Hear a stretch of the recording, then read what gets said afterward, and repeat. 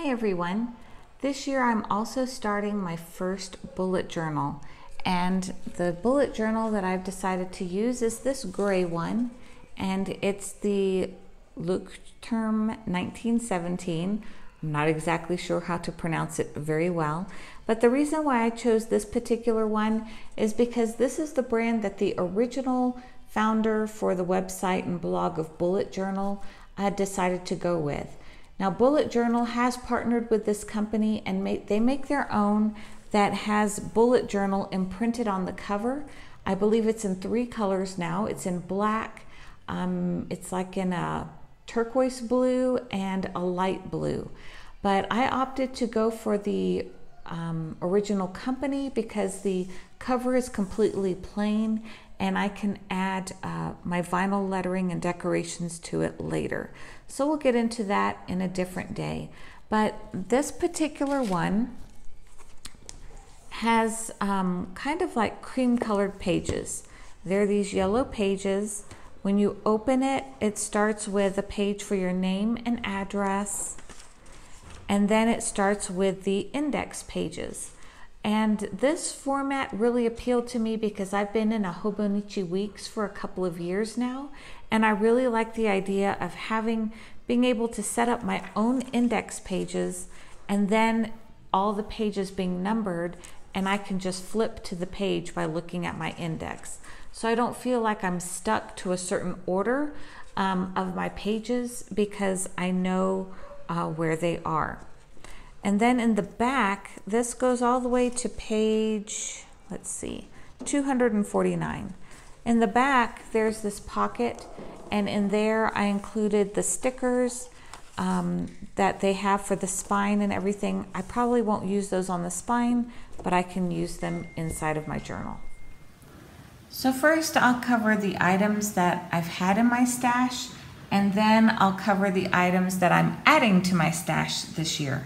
So this is new, the actual notebook itself, but items that I've had because I've been planning for a number of years. I already have a ton of the items that are very popular to use in this type of bullet journaling right now. This is my second or third set of these Fineliners. They're the 4 Pitt artist pens in black Fineliner by Faber Castell. My daughter draws a lot, so she goes through these like water, it seems like. So I believe this is my third set. But the nice thing with this, it has a variety of tip sizes. And I see a lot writing with these since it has such a nice, clean tip. The other ones that I've had for a little over a year now are these Mildliners. These are fun. They are on the more expensive side, so I'll show you a cheaper alternative that a lot of people are using this year. But I already had these because I shop on a lot of Japanese websites for Japanese stationery. So this was a set that I had, and I'm adding this set to my stash this year, mainly because I've seen a lot of people use this color gray. So I found these on Amazon. I'll link all these supplies below of where I found them on Amazon. I'll also have a section on my blog under the resources section. If you subscribe to my blog, you'll get a free password to be able to get to my resources section of my favorite supplies and what I'm using this year. And I'll have all of these products listed there. So this is the other one that I got, and I found that on Amazon as well. Now, some of these I've had, I don't know, maybe 3 or 4 years now.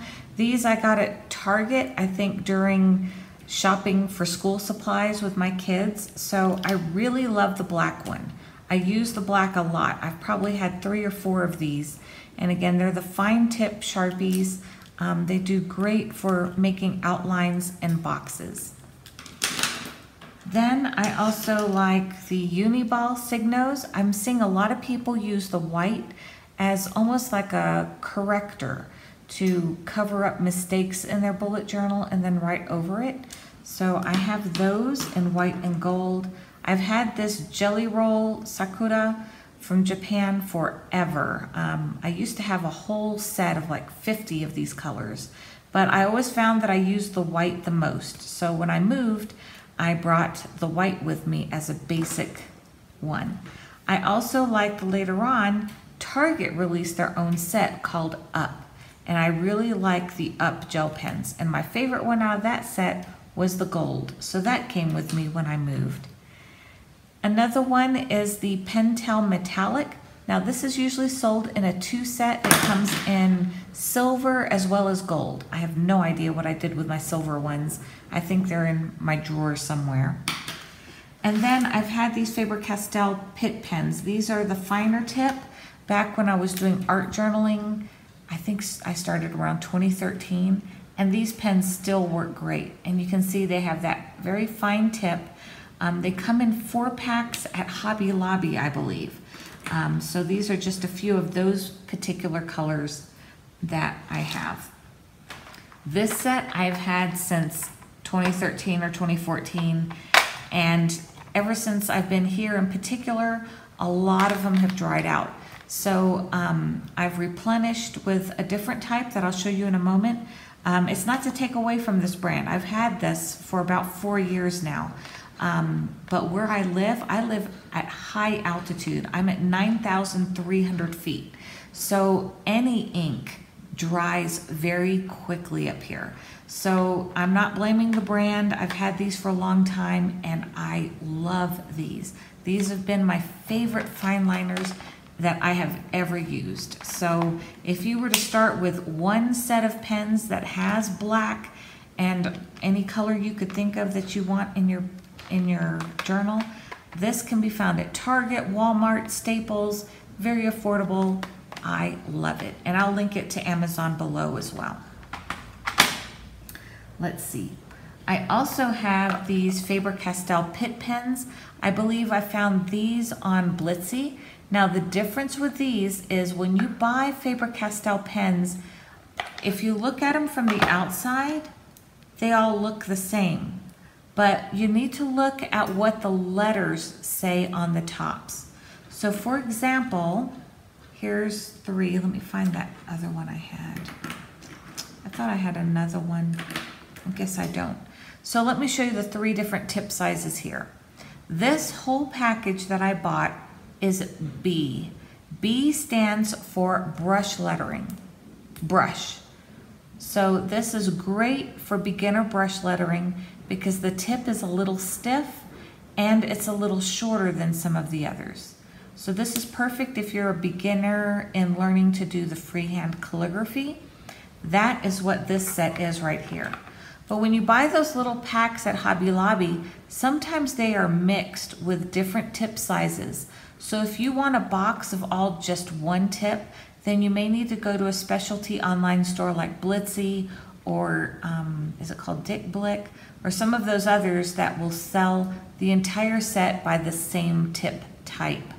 So this one is S, and in essence that's the small fine liner tip on that. This one is M. So you can see this is a thicker, almost like a bullet. So there's the size differences. I think you can see one is quite a bit thicker than the other. So it goes along with like what you see here. Again, this is the fine liner set here, and it comes with extra small, small, fine, and medium. And that's talking about the thickness of the lines here. So when you buy these kits at like Hobby Lobby, oftentimes they will have different types of tips. They have one that says C as well, and that means chisel tip. So just be careful when you're buying these Faber Castell pens because they look the same by looking at the color, but the tops will tell you what type and what size tip that you're getting. So these are all ones that I've had in my stash for a number of years. Another thing that I've used since I started Bible journaling, because the pages are so thin, if I'm scared that a pen is going to bleed through, I use clear gesso. And so I have heard of some complaints with some pens and markers bleeding through in this particular brand of journal. They do make other types of bullet journals now that have thicker paper and less pages. For me, I wanted to keep the number of pages, and I already knew I had a solution for bleed through. So that's why I went ahead and stuck with this particular brand. So clear gesso, put it on the page, and then you don't have to worry about anything bleeding through, especially for those monthly pages, like if you write out the word January and then you're putting a flower wreath and you know you're going to be coloring a lot. This one is really good for guaranteeing that nothing's going to go through to the next page. Now, when I use the clear gesso, I like to use gelatos to color it. I would not describe my style as totally minimalist. I do like to get a little messy and include a little more in it. So we'll just kind of see how this journal morphs this year and if it ends up looking more like my art journal. But Faber Castell gelatos, I'll demonstrate how to use those in another video. Those are really great to use in a journal like the bullet journal. Okay, so the new things that I'm trying this year. One in particular is the Stabilo Fineliner pens. So these are what I bought to replace my dying stack of these. This one is advertised as 0.4 millimeters, whereas these are advertised as 0.3. So I'll demonstrate in my journal to see what the tip size difference is and how they compare to each other in another video. For the first time, I'm trying Muji. I've used Sakura gel pens for years from Japanese websites, but I never had a Muji store near me. California, New York, I think even Chicago has Muji now. But in Dallas, we didn't have this, and we definitely don't have it in Ecuador. So I bought my first set. I found them on Amazon. And the nice thing with these gel pens is they're probably the finest tip gel pen I've ever owned. These are 0.38 millimeter. Now again, Muji pens also come in different thicknesses. So I specifically looked for the fine tip one, which is the 0.38 millimeter. So I found these on Amazon and I'll link them below. I've owned these before, but when I destashed my craft room when I lived in the States, I destashed these. Well, I didn't realize I would want to be getting into the calligraphy craze. And with that, I need these dual brush pens. But since I already have so many Mildliners that are like these pastel colors, I decided to go a little more bold. So I went with this particular brush set. Again, these are dual tip, so there's the brush on one end and there's the bullet on the other, as well as a blender pen. The other new thing I got that I haven't owned in years are Crayola markers, and in particular, these are called the super tips. So these aren't the real thick ones that we grew up with. These are these skinny ones. Now, did I need a 100 pack? No, absolutely not. In fact, I wasn't trying to buy the 100 pack. But what happened was the week that I bought these on Amazon, these were cheaper. They were like $9 or $10, whereas the 50 pack was $12 or $13, and the 12 pack was almost the same price. So since inks dry out fast here where I live, I figured I'll just get the 100 pack since it's going to be the same price anyway. So these are the skinny ones, and they just have like a white barrel with silver writing on them, and then they have this tip right here. So they can write thin and they can write thick.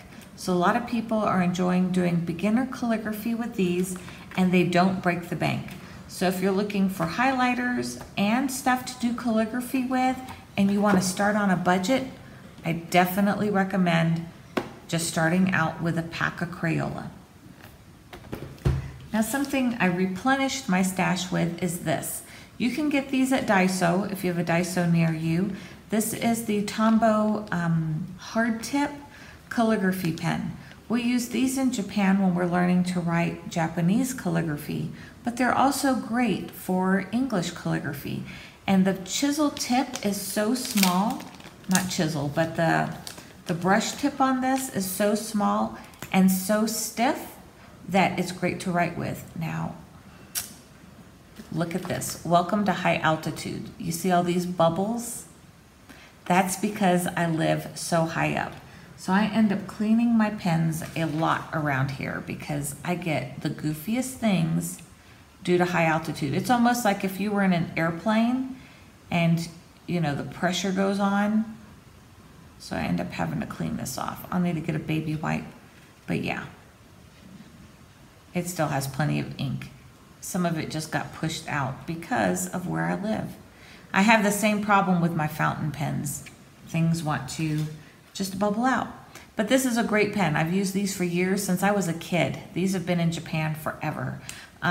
So these are great to use. I just replenished my stash since everything oozes out and dries out at 9,000 feet.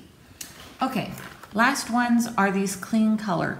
Now I got these last year and I started doing calligraphy with them, but this type of brush pen, let me warn you, really is not meant for brush lettering.